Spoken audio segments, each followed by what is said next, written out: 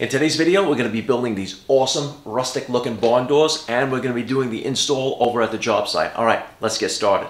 Now to process the boards for the straight line rips, I'm going to be using the track saw with a ripping blade, and then I'm going to use the parallel guides to get everything to 5.5 inches. That's going to be the width of the stiles and the rails of the door. So I'm going to start with making the frame of the door first, and then we could start to glue up everything with the Domino 700, the XL. We're going to use large tenons for that because it's a door, and we need larger than the 500 gives you, which is only like a 10 by 50. We're going to be using a 12 by 150 Domino, which is a really long tenon. It makes a really strong, stable door. I have it set up with foam insulation underneath that so I don't cut into the MFT table.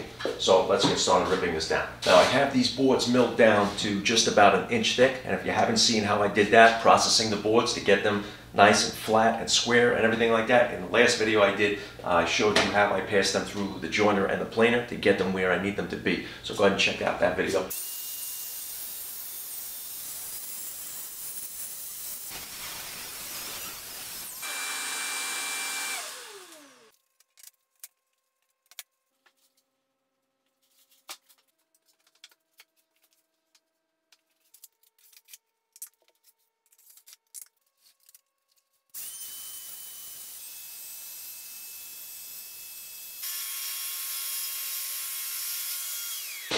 Now I'll just continue to mark the edge that I ripped straight. And once I know I've established a straight line rip on this side, I'll just take the board and continue to pile them up back there, bring the new one into place, rip it, and I'm going to use the same process for when I rip it to width with the parallel guides on the track. And it's going to save me a lot of time, just moving it back and pushing it forward, moving it back and keeping the process going, not having to take boards and stack them to the side. Okay, now you'll notice I have the parallel guide set up. This is my reference edge. This is where I straight line ripped it. So now I have my stop block set on both sides to 5.5. That's the measurement I need for the stiles and rails. So I have a support piece in the back, and that'll keep the rail from tipping because we're going to be using the off cut now as our main focus point. So I'm going to hit my stop block there. Hit my stop block over here. Now I'll just take the saw, run it through, and these have been calibrated so that the off cut will be exactly 5.5.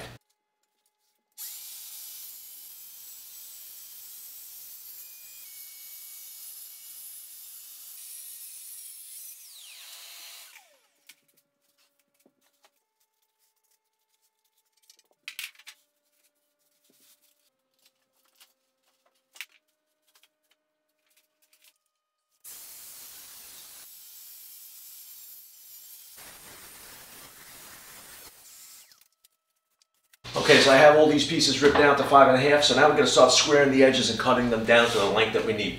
But first, check out this off cut. This is really cool. If you really need to ever do bent lamination or anything like that, man, you can really rip some seriously thin pieces with a track saw. Look at that. I mean, that thing is super flexible. If you need to go around some trim with some edge banding, you make your own edge banding there and just curve it right to the radius you need. Pretty awesome. So at this point now, we have the boards cut to the width that we need. Now we need to cut the length. So what I like to do is, this board is oversized, and it's always good to oversize. Make sure that you can cut it down to the length that you need. This way you can cut out any defects or anything in the board that you don't want in there. Now we want to keep a lot of the knots, but there are some knots and checking on the end that are unstable. So what I've done is lay out the tape measure. I need this to be, this is one of the stiles. So this is going to be 88 inches long. It's a really tall door, right? Got to go up to the top of the molding, 1/2 inch from the floor, and it still needs to be hung on the barn door track with the wheels, and it needs that certain gap between the wheel and the top of the door and the strapping that holds it in. That's all been taken into account. So with that 88 inches that I need, I'm just going to lay out my tape here and see between where I want to cut off. And I can see that I can get rid of this checking and knot on the end. I don't need that. Move the board down here, and my 88 inch mark is right here, but I don't want to cut right to the 88 inch mark because I'm going to set up a stop block, and that's going to ensure that all my stiles and rails and everything is the same. By setting up the stop block, repetitive cuts, I won't make a mistake. Take myself out of the equation and use these flag stops here, and less likely to have an error. Okay, so now if the 88 inch mark's here, and some of this parts of the board are rough here, we can cut that off and we'll get rid of that. just take speed square. Now this doesn't have to be a square mark, it's just easier to just take it, put it over there and make the mark. So I'm very fortunate to have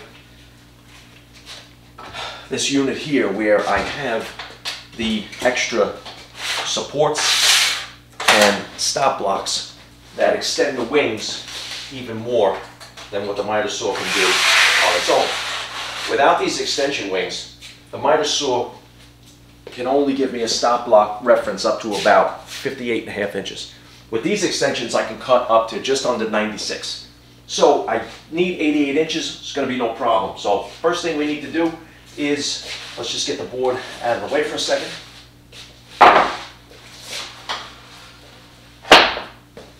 I want to set it to, I'm going to cut that part off first to square it up. So I'll set this to 88. So I have my flex up here on the end, just like that. Tighten it up. Now, I can put my board back on the miter saw. For this part here, I'm going to reference where I want to cut off. So right there is where I want to make the first cut. I want to make sure that I'm pressed up against the fence firmly. You'll notice there's a gap here, and that's because you don't want, you only want to reference your piece up against the fence right where the blade is. That's going to give you the 90. What you want to do is make sure that if you have something like this with this kind of a fence or anything, you want it set back. If there's any kind of a bow or a twist in the board, that will get in your way and it will kick you off of the 90-degree cut.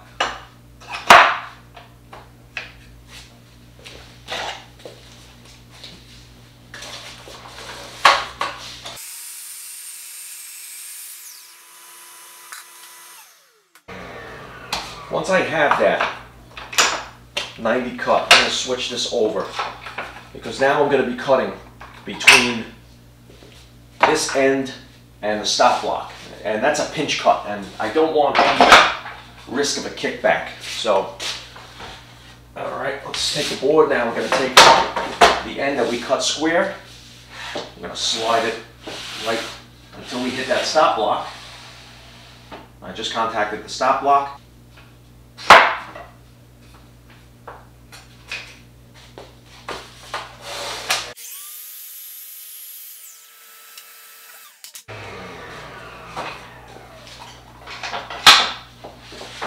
And now you can see I need to make 3 more styles at this length. And that is 88 on the money.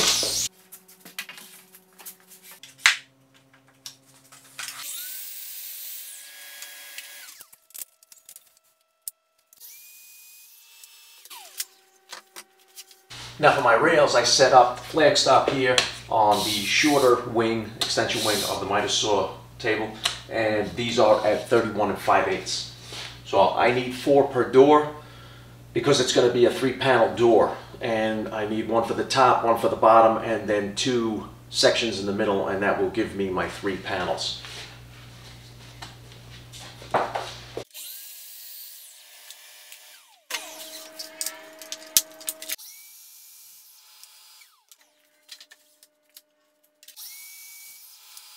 I have it laid out here on the table. We have 3 panels here, and the pictures that the clients showed me of the exact door they want, it's evenly spaced. So what I'm going to do is quick math. It's real simple. I'm just going to divide. I got 88 is my opening. I have 5.5 pieces of the rails. That's the spacing in between, and I need 3 panels. So 88 minus 11, because 5.5 is 11, and then 5.5 and 5.5 is 11, so that's 22. My 88 minus the 22 gives me 66. Then I'm going to divide that into 3 panels, and each opening's got to be 22 inches in width. So I've spaced it out, and in between each one of these panels is 22, 22, and 22. Okay, so I had my spacers in here while this was clamped up nice and flush, and these are the dominoes that we're going to be using here. These are a 12 by 140. Now you can see these are monster tenons, and that's why I'm using them, because they're going to go really far into both work pieces and hold them really flush and give me a lot of glue surface here. I don't have to worry about any end grain here where they meet.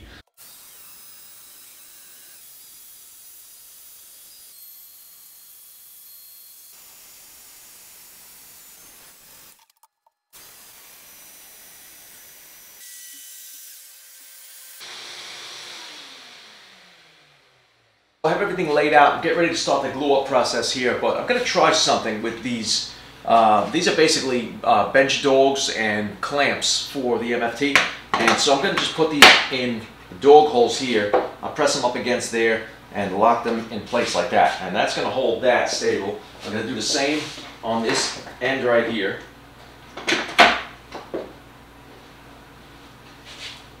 And that should allow me to position everything with the glue and the dominoes and bang them into place. And then once I have all the rails on the stile, then I can bring up the other piece, line it up, drop that down. That should be a lot easier than trying to do this flat down on the table.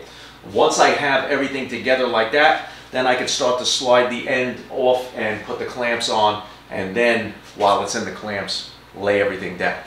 Okay, so I've always had good luck gluing up this way with dominoes by putting a puddle of glue on a scrap piece. And I'm using Titebond 3 not because of the waterproof qualities, but because it gives me a lot more open time. And when you're doing a big glue up like this, you want a long open time, trust me. Okay, so we got that there, and getting a domino in there.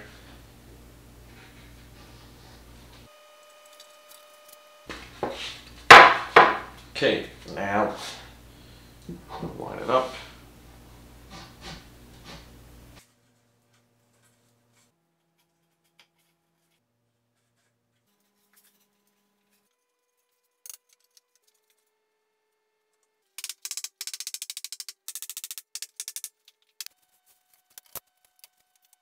So now I want to make sure that I get my spacers in place before I clamp it up.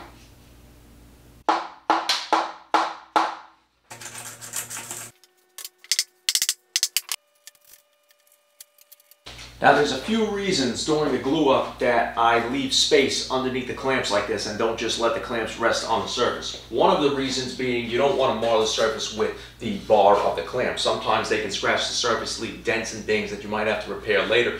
Or if you're using the gas pipe clamps where they have like a black coating on them, that's like a rust corrosion prevention coating, that will leave black marks on the wood. Sometimes it doesn't sand out.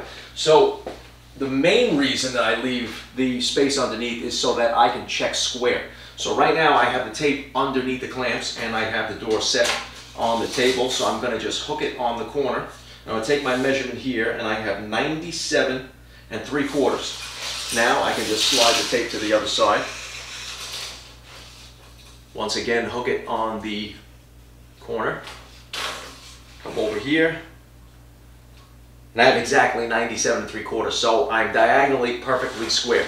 I've also checked my inside measurements for in between here where I put the spacers, and I have exactly the 22-inch spacing that I need for everything to be even all the way down. Now I'm getting ready to sand down the frames before I move these off the table, but I want to stabilize these knots. I don't want to fill them completely. I just want to stabilize them so they don't fall out or get any worse. So I'm going to be using some black CA glue, and once I get that on there, I'm going to use the accelerator, and that'll speed up the drying process. If you see here, it's hard to see on camera, but I used a little packing tape, and that's kind of to build a little dam just so it doesn't leak over the side. So this stuff gets kind of runny. So I'm just going to pour some in here like this, and this will all sand off nicely. And like I said, this is just to stabilize it, not to fill the holes completely. I don't really care about filling the holes. I want them to show. So this is just going to ensure that they stay perfect.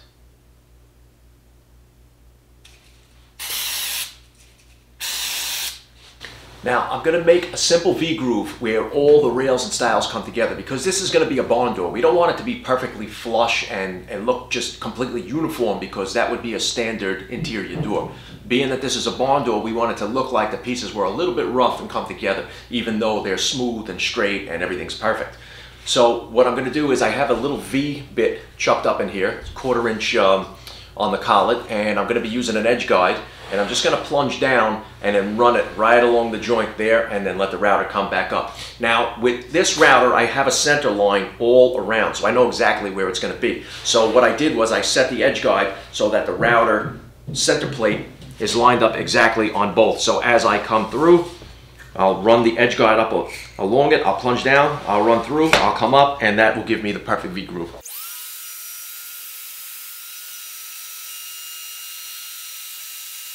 Okay guys, so this V-groove is looking great. It gives me that little bit of separation and a nice little spot in there where it looks like the boards are just rounded off on the edge with a little bit of a chamfer.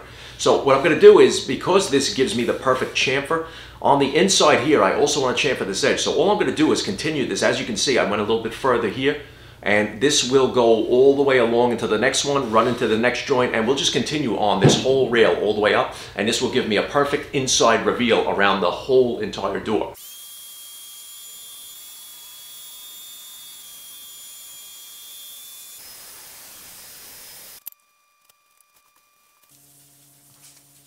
Okay guys, so here was one of the biggest advantages of me going modular with all my stuff and getting rid of the giant sliding table saw in a small shop.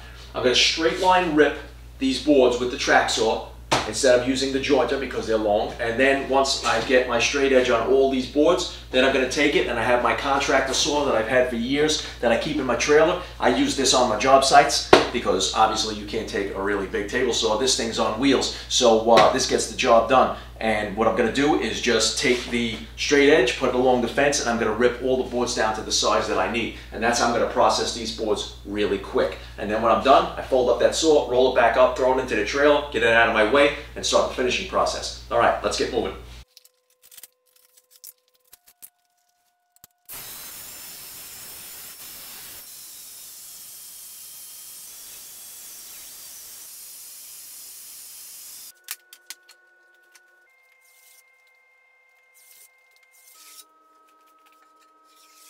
So now you can see here, I have the barn door frame flipped over on its face. So these are going to get applied to the back. These are the back planks that will appear to be recessed panels in the front of the door when you see it. So now that I have all the edges chamfered, I have this board clamped down in the center, and I'm going to work my way out to keep that even reveal. So basically I determined that the center is going to be 475 millimeters. So when I checked it on both sides, that's equal distance here and equal distance there. So I clamped it in place, and then I checked square, and you can see that we are dead square. So what I'm going to do is apply the adhesive and then a bead of glue on each one of the boards.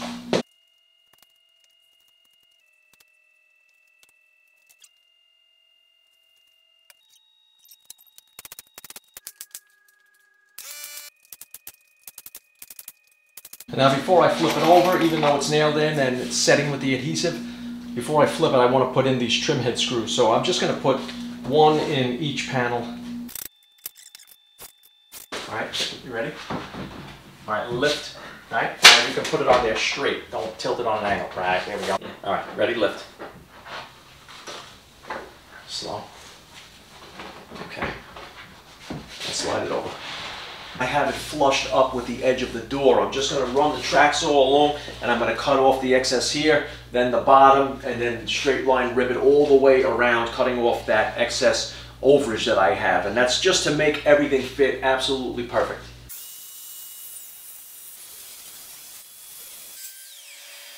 I have everything stained and 3 coats of finish sprayed on the barn doors. I did that off camera just to save time in the footage because there's a lot of information here. You've seen me spray before. I just used the Fuji system and I used high performance top coat. I will link those in the description for you so you know what I used.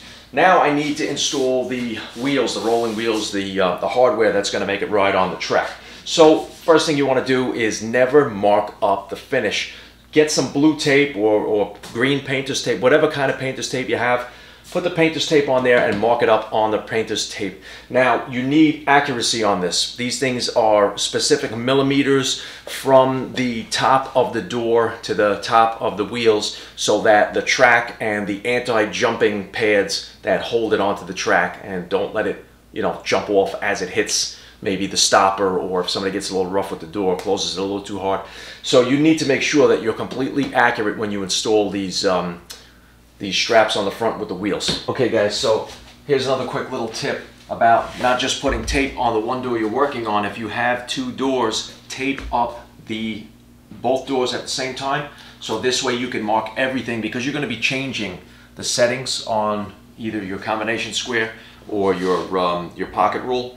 So basically right now I have these are all 5.5, the stiles and the rails. So since they're 5.5, I can leave it on the centered portion, which is going to be 2 3/4. That's going to give me my perfect center. So what I'm going to do is I'm going to scribe a line down the center.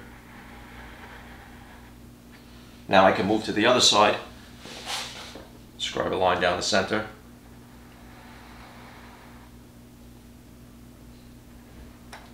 And I can also scribe my line here, because I need a center line on the rails, because we're going to be installing these fasteners here in the center of the rails between every back board batten, if you want to call it, for the back panel there. So these are industrial type fasteners. They're going to look real cool and make the door, give it like a real rustic look. Alright, so I'm going to mark also the center of each one of these rails. Let me just move these out of the way. So now I'm just going to go ahead and do this on both doors, and then I won't have to worry about changing the setting on the pocket rule.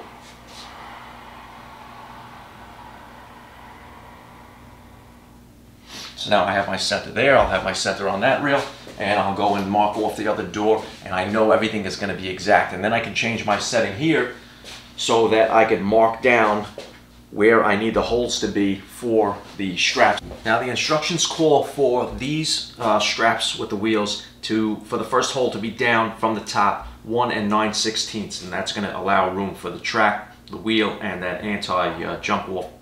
So I'm just going to set my pocket rule to 1 9/16, and I'm going to scribe a line across. That's where I need to drill my first hole, and then we put the strap on there, we center that, we drill through, put the first bolt in, and then we can drill through with our second hole. Alright, first thing I'm going to do is start a pilot hole with a scratch hole here. I'm just going to find my center point, and I'm going to get that hole started, and that's going to help guide the drill bit. I'll put a scrap block underneath, and then when you hit the scrap block and it starts to push it down, then you can come back from the bottom, and that will help to ensure a pretty straight hole. You definitely don't want any blowout. Okay, so now I felt resistance on the bottom. I have the drill mark. I'll just come from underneath and I can see the hole, and I'll just clean it up here from the bottom straight in. Here's another quick tip. Put a little bit of tape on your ratchet so it doesn't scratch the hardware.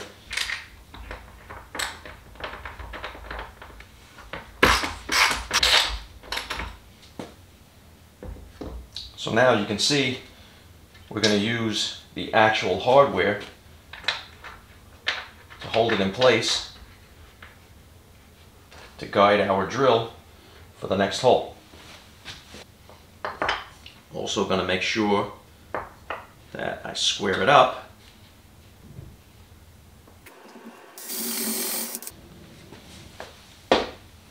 Now we have our hole started. Pull this back off.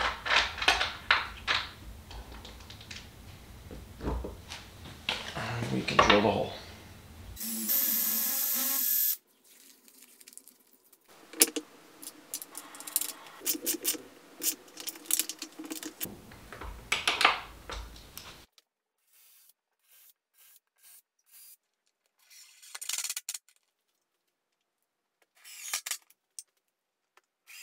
Now check these out.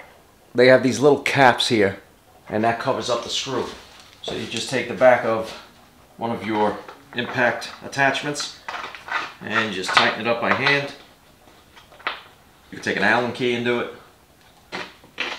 Now to install the handle, this is the back plate, so that's going to go in the back of the door, but I'm going to use that as my template. I've already marked down 39 5/8 because that is the edge of each plate from the top and bottom. That gives me the direct center of the door, and I put it dead center with the stile. So now I have it exactly the same distance from each part of the edge here. And what I'm going to do is draw a circle here, a circle there. I'm going to tilt it, I think. I think mine's on. Yours is on? Yeah. Okay. Yours is too. All right, hold on. I'm going to back it up. Now I'm going to install these wheels. That's going to help this thing track straight.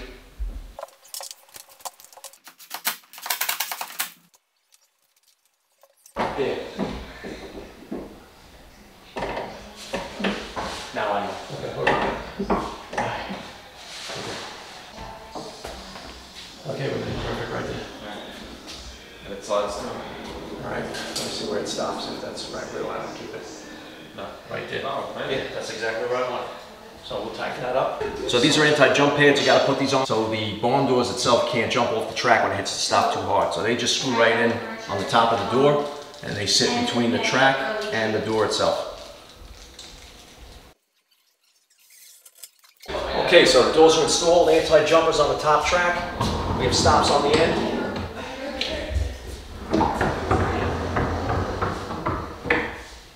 Stops are adjusted so that they can't roll past the wheels, otherwise they would swing forward.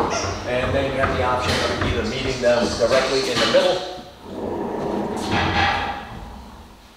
just like that, or you can stop at the ends of the molding and show that there's two separate rooms there instead of one giant door if you wanted to. Me personally, I like having it in the center.